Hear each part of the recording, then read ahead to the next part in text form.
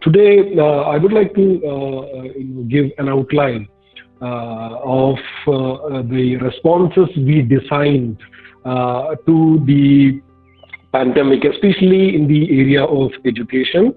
What are the responses we developed, and how these responses are engaging with people were at the margin, especially in the context of Adivasis, in particular, and rural India in larger context. So this is my theme today for the discussion. So first, at the beginning of my presentation, I will just introduce the traditional challenges we were facing in the context of tribal education and the rural education is concerned. And then we will go to the analysis of the different types of responses we developed to address this pandemic in the context of education, which is initiated both from the governmental side and non-governmental side. And later we will look at how these responses actually addressed the traditional challenges that we were facing in the context of marginalization, and what will be the future of this situation. So this is the general framework of my discussion today. As I said, the discussion is actually on the schooling. Basically, I'm focusing on when we say education, I'm basically focusing on schooling, because where in the context of India, we have made schooling as a fundamental right to education, and every child have a right for education. How this basic right has been addressed during the pandemic, that's the point of discussion. So to look at the larger issues we were facing before the pandemic, especially in the context of Adivasi life world is concerned, we can see that the one major issue we were facing is in terms of its content and pedagogy. For example, the content was, we were being a very hierarchically stratified society, in Indian society. The experiences, the knowledge of the marginalized people were not included in the content or curriculum, or neither the pedagogy that we were using were not friendly to the different diversified needs of the marginalized people. So there was always a notion of dominant mainstream, and the very design of education was framed from the perspective of this dominant mainstream. For a prolonged period in India, this debate was there. I mean, the classical debate between Gure and Verrier Elvin, whether we should assimilate or isolate. So this debate was there always, and the idea of dominant mainstream prevailed, most of the time, and our education by and large remained to fulfill this idea of dominant mainstream. So this was one challenge the marginalized people were facing even before the COVID situation. And the other thing is the mechanism of access we were discussing, and the design of schools, the location of schools, the spatial arrangements were not favorable to the people at margin, especially those living in a very tough geographical locations. But these people were blamed for these lack of mass, because they are backward.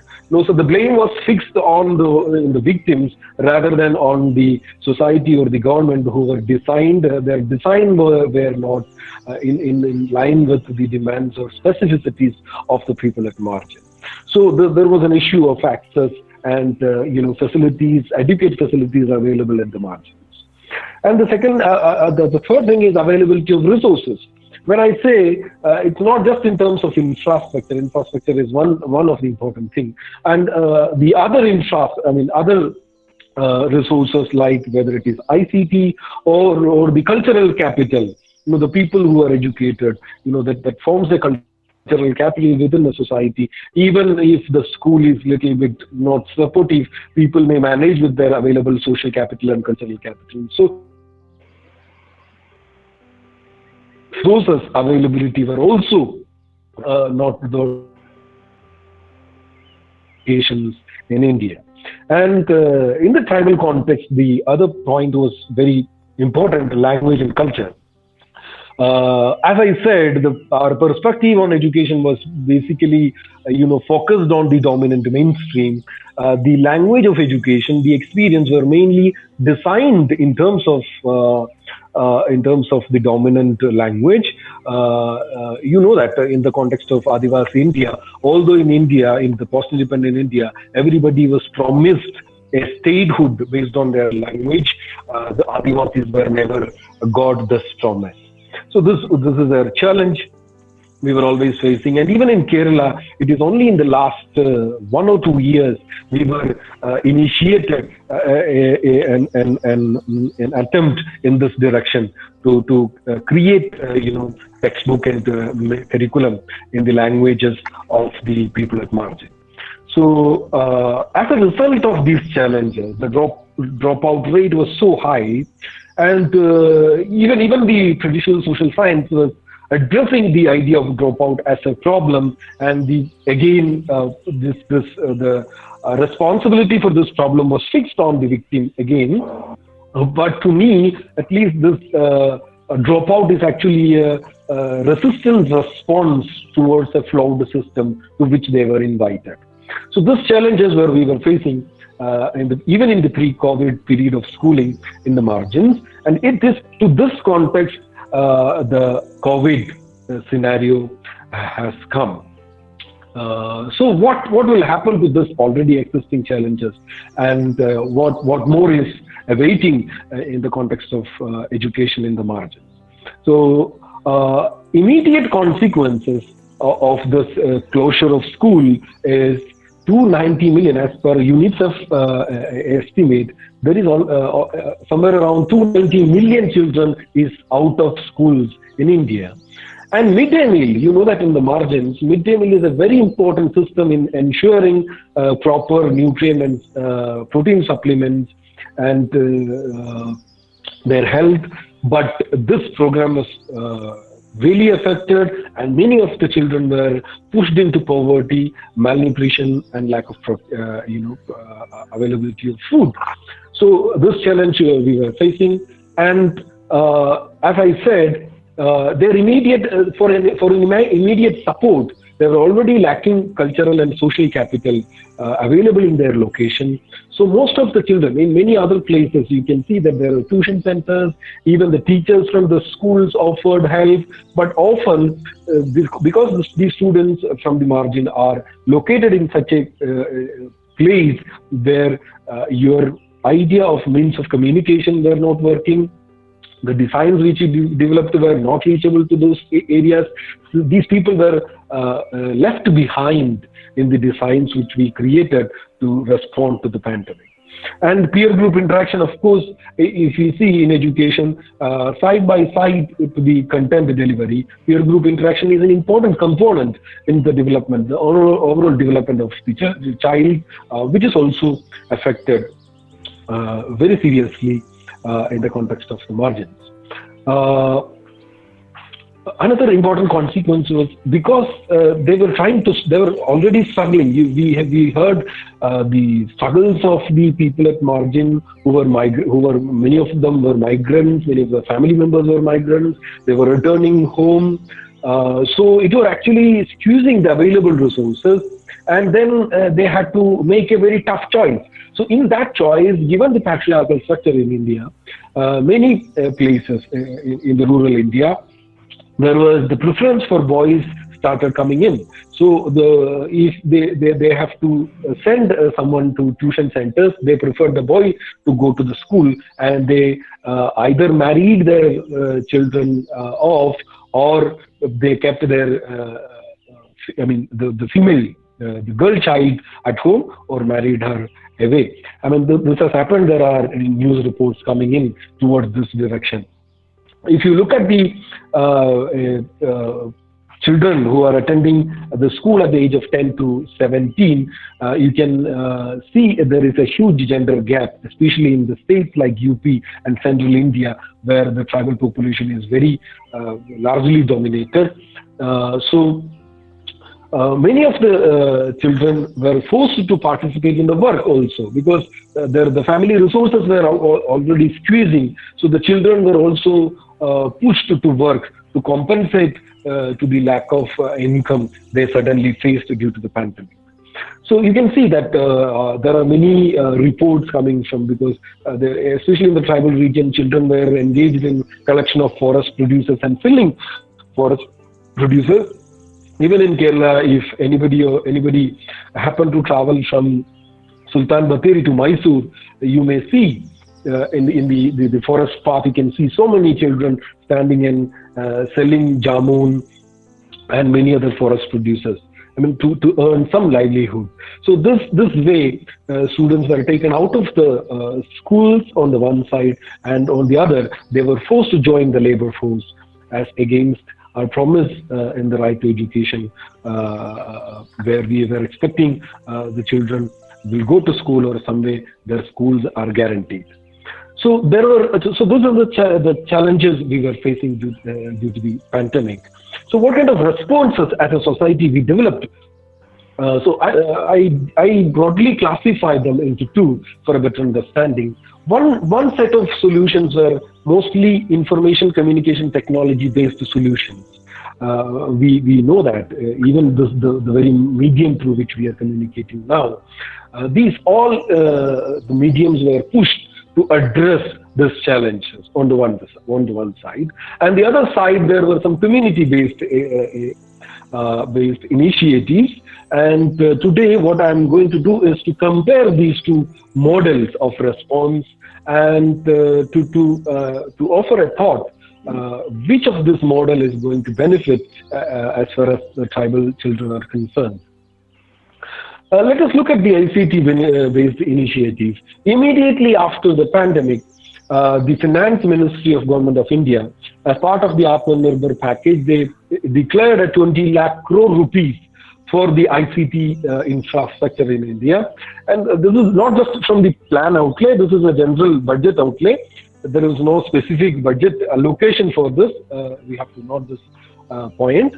And but at the same time, 8,100 crore rupees were pushed into this programs like PME Vidya.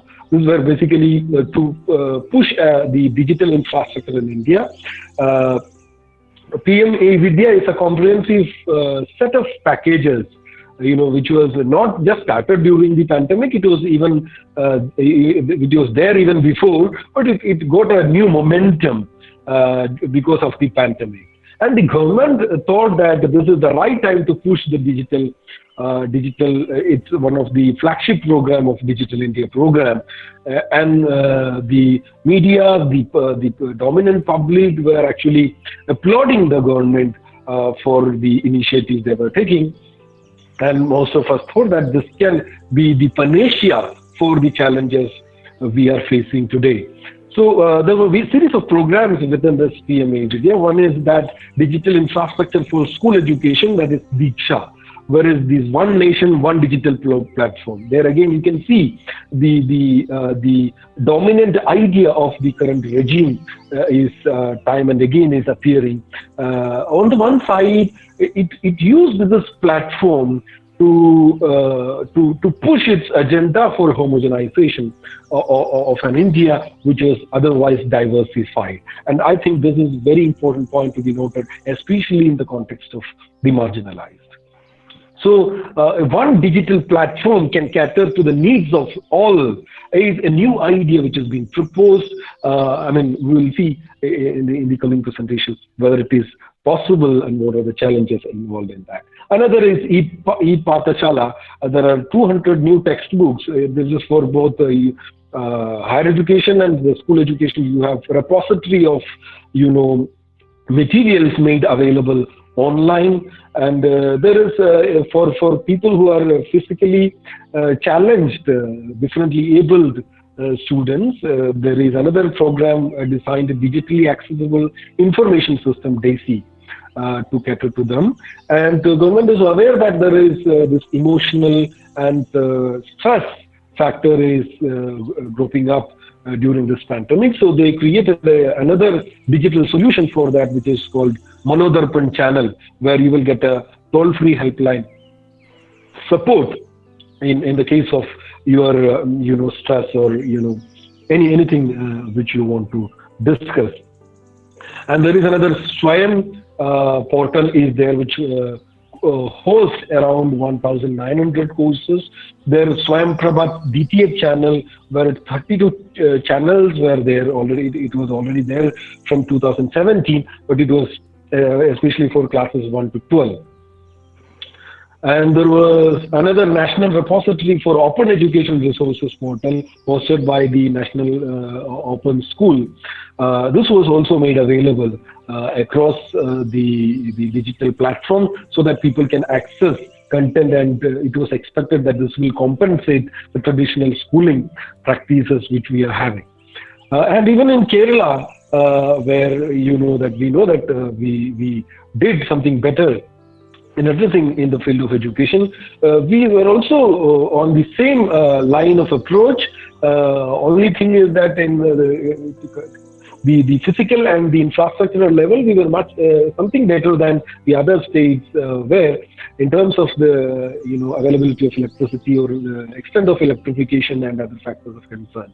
So the KITE program, through the KITE program, Kerala Infrastructure and Technology for Education, we were addressing this recorded lectures for students, and content were also made available. Many other states, for example in Chhattisgarh, Padhai to Har Duar means education at your doorsteps, where they created in Chhattisgarh, that one of the tribal dominated state, created 45,000 virtual schools they created using this digital platform and WhatsApp infrastructure. In Madhya Pradesh, the WhatsApp architecture was around 50,000 WhatsApp groups through which the government was supplying the material. They designed materials at one point, a central point, and they were disseminating information. So they got around 6.5 lakhs plus views per day in these states. And in Maharashtra also, they followed the same path. The learning from home package they introduced, that's also relying on the WhatsApp infrastructure available through their SERT in Maharashtra. So what are the issues with this ICT model? One thing is, for ICT, one major, let us look at what are the resources available all across India to rely on this ICT model. The first and foremost thing is electricity. According to the Parliamentary Committee report, only 44% of government schools in India, 44% of the schools in India are not electrified, and majority of them are in the rural area. And in the more than 50% of the schools in 12 out of the 36 states and union territories have no electricity connection. So, when we have state-wise list available, and even if the electricity is available, there are World Bank report which look at the availability of electricity. I mean, during the whole day, the supply irregularity index. Around the 6 lakh villages in India from 1990 to 2013, through the period where the World Bank was conducting the study, they found that at least 57% of the household, they having at least 4 hours of load shedding. So even in state like Madhya Pradesh and other places, it is much more in the rural India. So the one thing is, even if you believe that they have some smartphone and other things, the availability of electricity to the power availability is much lower, and it's a great. Almost half of the India do not have a regular 24 hours power supply in our rural area. So if we have an idea that ICT is a panacea, and these are the facts in front of us, which is most challenging. And the other thing is, look at the smartphone. Perhaps smartphone is the one device which widely used for the purpose. I think most of the students, most of the in the rural area, you can see the availability of phone some way or other, at least one person in the room, as in the household. Otherwise, they were forced to purchase in many of the villages. Uh, I myself know many of my students in this, who are especially from the rural background, are out of contact. They are 5 or 10 in number, but that's most important because they are coming from the marginalized. We are unable to contact them. There is no phone connection, phone range, and they do not have a smartphone. And they are out of the whole process. Just because the other group is having access, we are forced to believe that everybody has the access. So there is a study conducted by Ajay Singh in EPW, which is published in 2020, especially in the context of ICT, in the pandemic and the education. So he was observing that 50% of the teachers who were responding to his study from all across India were saying that 50% of the students do not have either internet connection, or they do not have adequate data package. Most of them have less than 1 GB per day. And if you have 3 or 4 hours classes per day, many of the schools were doing that, although there were restrictions to 1 or 2 hours. So many of even in the private schools, the challenge was overconsumption of data. So there's a the divide, the digital divide becomes so stark, and the gap between the privileged and underprivileged becomes so wide during this pandemic. Not just because of the pandemic, even because of the kind of responses we developed to address this pandemic, this gap has been raised to a larger extent. And there are some social aspects for the usage of phone. Most of the time, the male member in the family possesses a phone, and other members' accessibility to that phone is also a question. And radio is another instrument, which is, I think, is one of the instruments which is widely used in the rural context even today. Even 11 states were immediately initiated programs to address their educational needs through radio, especially for the primary grades 1 to 5. They were started, broadcasting for classes. The National Institute for Open Schooling, NIOS, also started class for 9 to 12 through their community radio networks. CBSE was also having a radio channel. They call it as Shiksha Vani. They also started classes for especially for grade 9 to 12 through the radio channel. So even in Madhya Pradesh, which is by and large a rural society, where they started a concept called radio school from Monday to Saturday from 11 a.m. to 12 p.m.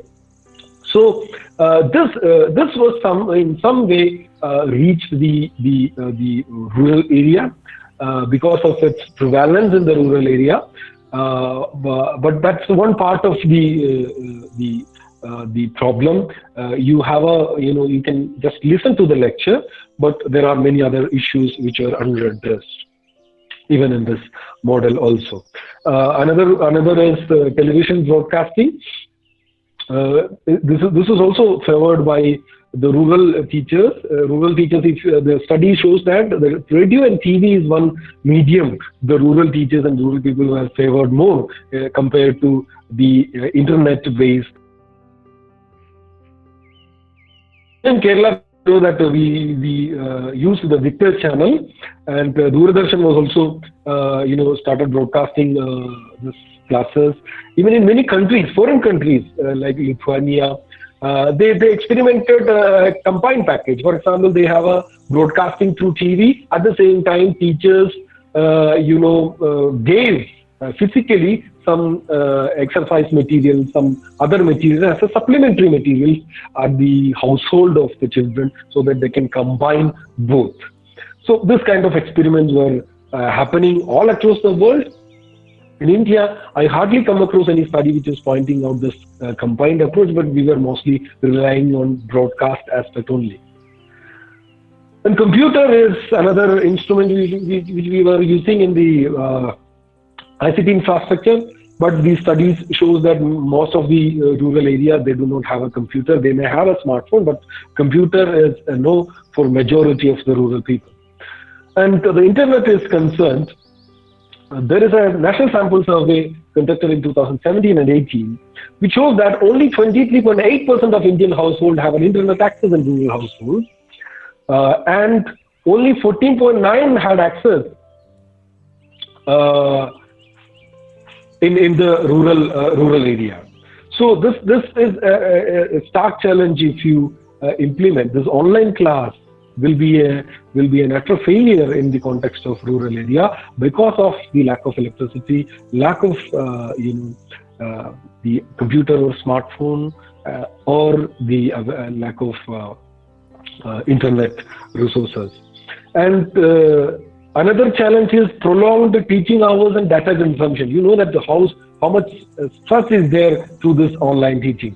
The teacher has to put double effort for this. And in some states like Jammu and Kashmir, where the government themselves blocked the 4G internet connection, only 2G is available. And you know that that region also belong to many of the tribal communities like Gujar and other communities. So there is no question of digital classroom as such, because there is no internet at all from the part of the government themselves. I mean, if you believe that this is the problem with India in the case of internet, you look at the USA, how United States of America, one of the so-called developed countries, responded to this challenge. Even the case of Native Americans in United States, the study shows that 50% of the Native Americans do not have access to broadband internet there, because in America, the access to internet is privatized.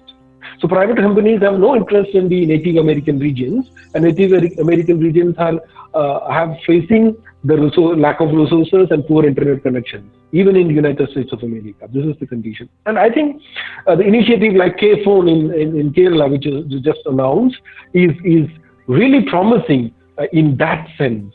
It may offer a new alternative.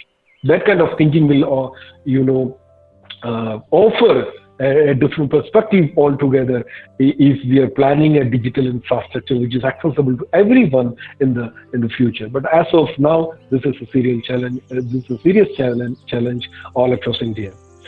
And even if we have the availability of internet and other mechanisms, another challenge is there is nobody to guide them. I know many students who are not even listening to the TV, the broadcasting, because there is nobody to take care of, to them, orient them, or to make them sit in front of the channel or the classes, lectures. So, and the places and the peaceful ambience at home, this is also a serious challenge for both the teachers and the students. According to the sample survey, the average family size of the bottom 20% of the people in India, you know that 100% of them might be rural Indians, have 5.2. And the size of their household is very too small, and this much people are residing in single household. So there is no space, peaceful space where they can sit and study and attend these classes. And as far as the teachers are concerned, you know that there is a feminization of teachers, especially at the primary level in many parts of India. And this is another challenge, because given the patriarchal structure in India, the teachers who are residing at home face a double challenge: to look after the home, at the same time to cater to the needs of the children they are teaching. So these kind of technical challenge combined with social problem really devastated the aspiration for learning in the rural India.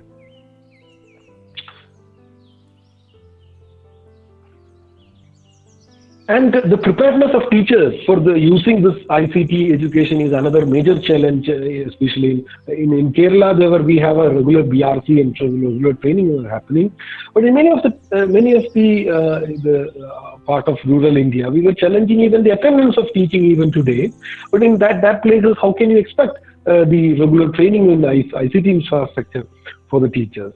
So many of the teachers do not know how to use this infrastructure. Even if we made it available to the schools on an emergency basis through the packages we have announced, the effective use of this is another area of concern. So there is challenge for evaluation and assessment methods. That's a devastating point. There is a serious concern even in higher education. We know that we were conducting online exam, and there is no point of objectivity in that kind of exam, the idea of exam which we are conducting.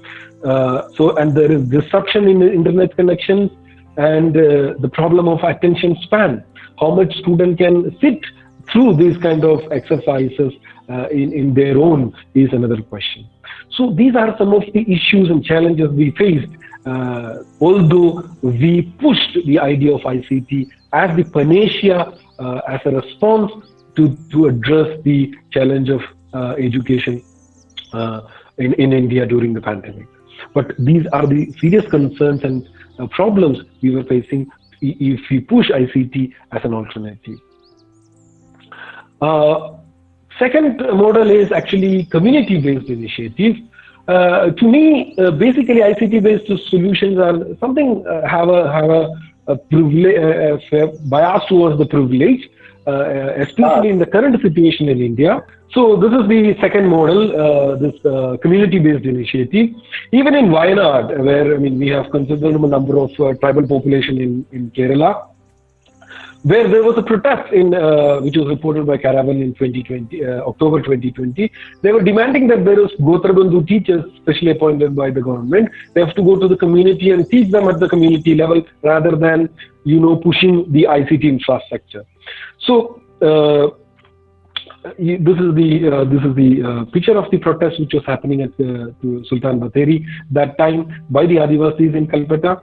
So the Adivasi, the rural India, was actually demanding for another method, and this was experimented, but unfortunately not under the initiative of the government. That is the unfortunate thing. Government was by and large focusing on the ICT-based solutions, but the community-based, non-governmental organizations or organizations like UNICEF taken up initiative which is more of community-based.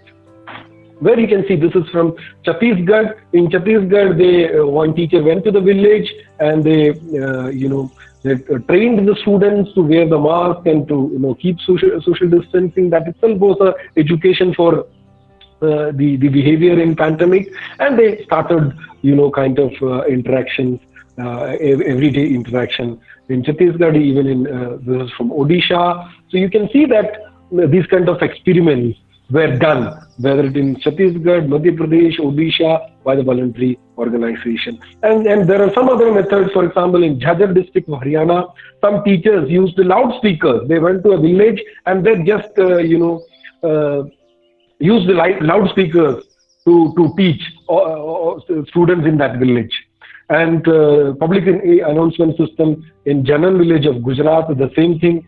They were used those kind of things. And in Badhole village in Maharashtra, what they did was they identified the certain students who have the smartphones. So they used those students as nodes. They will send the material to those students, and the students will go to the students who do not have access to materials. So those kind of initiatives were undertaken in the rural areas. And the Anganwadis were used for this purpose. So let us just have a comparison to the traditional challenge I was mentioning at the initial time. How these two models addressed the traditional challenges we were facing.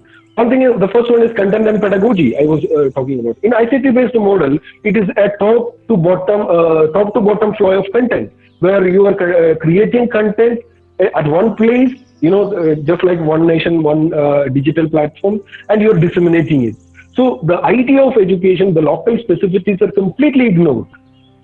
But in the community-based model, you can see that it is rooted in local specificities, and there are ample opportunity to adapt to the in-situ conditions. And as far as access is concerned, I have already explained the issue of access with ICT infrastructure in India. But when we use the community-based models, the access, it has an inclusive nature where local resources person can be pushed, the teachers can be pushed to reach to the village and to initiative, and such models, such village libraries which may construct during this project can act as a long-term beneficial point in the long-term process of education in the Indian villages. And the availability of resources, you know that the ICT-based infrastructure and resources are costly and unaffordable for many of the population, especially in the rural India and tribal. But in, the community-based models, in some of the photographs you might have seen, they were using locally available materials as a pedagogic tool for learning. So this possibility is there in the community-based model. And language and culture, of course. When you use a centralized model in ICT, you cannot address the local specificities and language specificities, which can be easily addressed in the community-based model. So to conclude with, of course, when we were addressing a challenge during the pandemic, ICT was pushed because of the argument of efficiency. You can reach to a large number of people with a very minimum intervention. But you are not, when you say large number of people, you are not accounting those huge population who are out of this infrastructure. So the idea of efficiency need to be reimagined in our responses towards pandemic like this. And what about the idea of education in terms of its rights and equality? These concerns were never become a priority in our response when we were responding to the pandemic situation. And you know that in education, the role of teacher-student interaction and student-student interaction is an important component in learning. But we were mostly guided and governed by a managerial idea of learning, where the learning become equated to a content delivery. So that's why the digital infrastructure was used as a channel for content delivery. But if we are planning education as a holistic process, then our responses and designs should be addressed the socialization aspect of education, the holistic nature of education. And I think the push on the ICT infrastructure may not cater to that goal, but we need to develop a strong, resilient, village-based learning systems. Our village libraries model in Kerala or the Pradibhadiram project in the coastal belt of Alappuzha are some of the examples I may quote, which can be emulated all across India in addressing these challenges. Those kind of infrastructure will equip us not only for this pandemic, even in the coming days. Those infrastructure will be a long-term investment in terms of the cultural and social capital of the people at the margins. Thank you very much.